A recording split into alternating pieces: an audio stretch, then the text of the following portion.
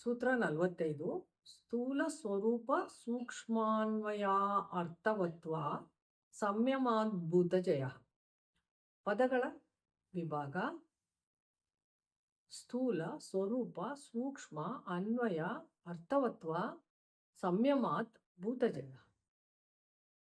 ಸ್ಥೂಲ ಅಂದರೆ ಒರಟಾಗಿರುವ ದಪ್ಪನಾಗಿರುವ, ಸ್ವರೂಪ ಎಂದರೆ ತನ್ನದೇ ಆದ ಆಕಾರ, ಇದರಲ್ಲಿ ವರ್ಣವೈವಿಧ್ಯತೆ ಹಾಗೂ ಎತ್ತರ, ಉದ್ದ, ಅಗಲ ಇವುಗಳ ವೈವಿಧ್ಯತೆ ಇರುತ್ತದೆ. ಸೂಕ್ಷ್ಮ ಎಂದರೆ ಇಂದ್ರಿಯಗಳಿಗೆ ಕಾಣಬರದೇ ಇರುವಂತಹ ಅತಿ ನಾಜೂಕಾದ, ನವಿರಾದ, ಸೂಕ್ಷ್ಮದರ್ಶಕದಲ್ಲಿ ನೋಡಲೇಬೇಕಾದಂತಹ. ಅನ್ವಯ ಅಂದರೆ ಹೊಂದಾಣಿಕೆ, ಅರ್ಥವತ್ವ ಅಂದರೆ ಇವುಗಳಿಂದ ಒಂದಕ್ಕೊಂದು ಬಲ ಕೊಡುವಂಥದ್ದು. ಸಂಯಮಾತ್ ಅಂದರೆ ಸಂಯಮ ವಿದ್ಯೆಯಿಂದ ಅದನ್ನು ವಶಪಡಿಸಿಕೊಂಡಾಗ. ಭೂತಜಯ ಅಂದರೆ ಪಾಂಚಭೌತಿಕವಾದ ಈ ಜಗತ್ತಿನಲ್ಲಿರುವಂತಹ ಎಲ್ಲ ಸ್ಥೂಲ ಸೂಕ್ಷ್ಮ ವಸ್ತುವಿನ ಬಗ್ಗೆ ಜ್ಞಾನವು, ಅರಿವು ಉಂಟಾಗುತ್ತದೆ. ಭಾವಾರ್ಥ: ಯೋಗಿ ಶ್ರೇಷ್ಠನು ಪಂಚಭೂತಗಳ ಮೇಲೆ ಸಂಯಮ ವಿದ್ಯೆಯಿಂದ ಅವಗಾಹನ ಮಾಡಿಕೊಂಡು ವಶಪಡಿಸಿಕೊಂಡಾಗ ಪಂಚಭೂತಗಳಾದ ಪೃಥ್ವಿ, ಆಪ್, ತೇಜೋ, ವಾಯು, ಆಕಾಶ ಇವುಗಳ ಮೇಲೆ ಅವನಿಗೆ ಜಯ ಉಂಟಾಗುತ್ತದೆ. ಅದನ್ನೇ ಭೂತಜಯ ಎಂದು ಹೇಳಲಾಗಿದೆ. ಯಾವುದೇ ವಸ್ತುವು ಪ್ರಪಂಚದಲ್ಲಿ ಇರುವಂಥದ್ದು ಎಲ್ಲವೂ ಪಂಚಭೌತಿಕವಾಗಿದೆ. ಅಂದರೆ ಈ ಪಂಚಭೂತಗಳಿಂದಲೇ ಸೃಷ್ಟಿಯಲ್ಲಿ ಎಲ್ಲ ವಸ್ತುಗಳು ಉಂಟಾಗಿರುತ್ತದೆ. ನಮ್ಮ ದೇಹವು ಕೂಡ ಪಂಚಭೂತಗಳಿಂದಲೇ ಆಗಿರುತ್ತದೆ. ಅದೇ ರೀತಿ ಇತರರು ಯಾರ್ಯಾರು ಶರೀರ ಧಾರಣೆಯನ್ನು ಮಾಡಿರ್ತಾರೋ, ಪ್ರಾಣಿ, ಸಸ್ಯಕುಲ ಎಲ್ಲವುಗಳದ್ದು ಪಂಚಭೌತಿಕದಿಂದಲೇ ಉಂಟಾಗಿದೆ. ಈ ಪಂಚಭೂತಗಳನ್ನು ವಶ ಮಾಡಿಕೊಂಡಾಗ ಅವುಗಳ ಸಂಪೂರ್ಣ ಜ್ಞಾನ ಯೋಗಿ ಶ್ರೇಷ್ಠನಿಗಾಗುತ್ತದೆ. ಅವುಗಳಲ್ಲಿರುವ ವ್ಯತ್ಯಾಸವು ಅವನಿಗೆ ತಿಳಿದು ಬರುತ್ತದೆ. ಇದರಲ್ಲಿ ಹೆಚ್ಚು ಕಡಿಮೆ ಆದರೆ ಅದನ್ನು ತುಂಬಿಸಬಹುದಾದಂತಹ ಜ್ಞಾನವು ಅವನಲ್ಲಿ ಬರುತ್ತದೆ.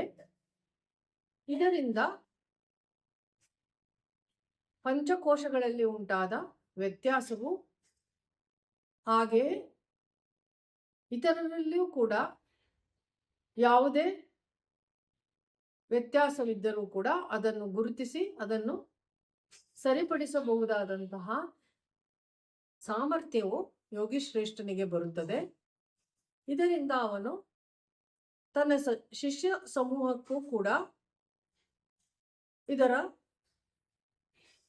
ಪ್ರಯೋಜನವನ್ನು ಕೊಡಬಹುದಾಗಿದೆ.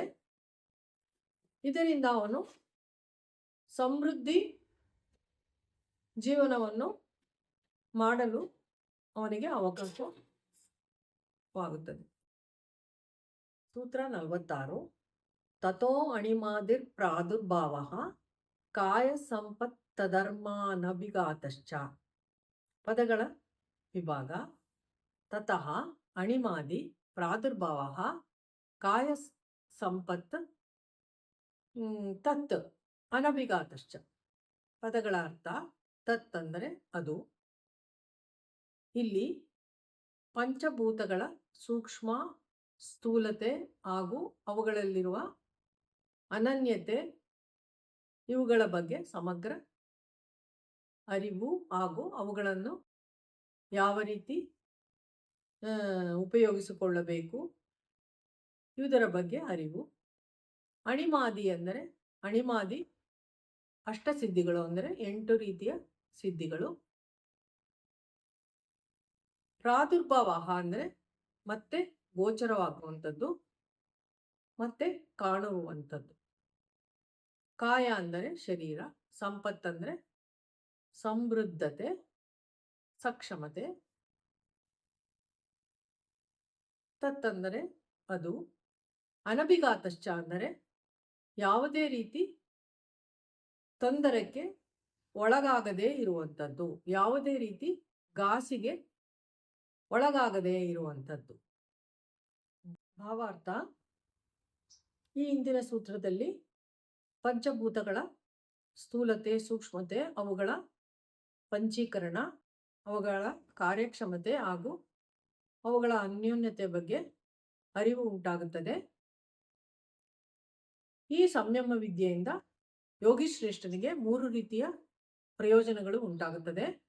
ಮೊದಲನೆಯದಾಗಿ, ಲೌಕಿಕದಿಂದ ಉಂಟಾಗುವ ಉಪದ್ರವಗಳನ್ನು ಪರಿಹರಿಸಿಕೊಳ್ಳುವುದಕ್ಕೆ ಅಣಿಮಾದಿ ಸಿದ್ಧಿಗಳು ಅವನಿಗೆ ಪ್ರಜ್ಞೆಯಲ್ಲಿ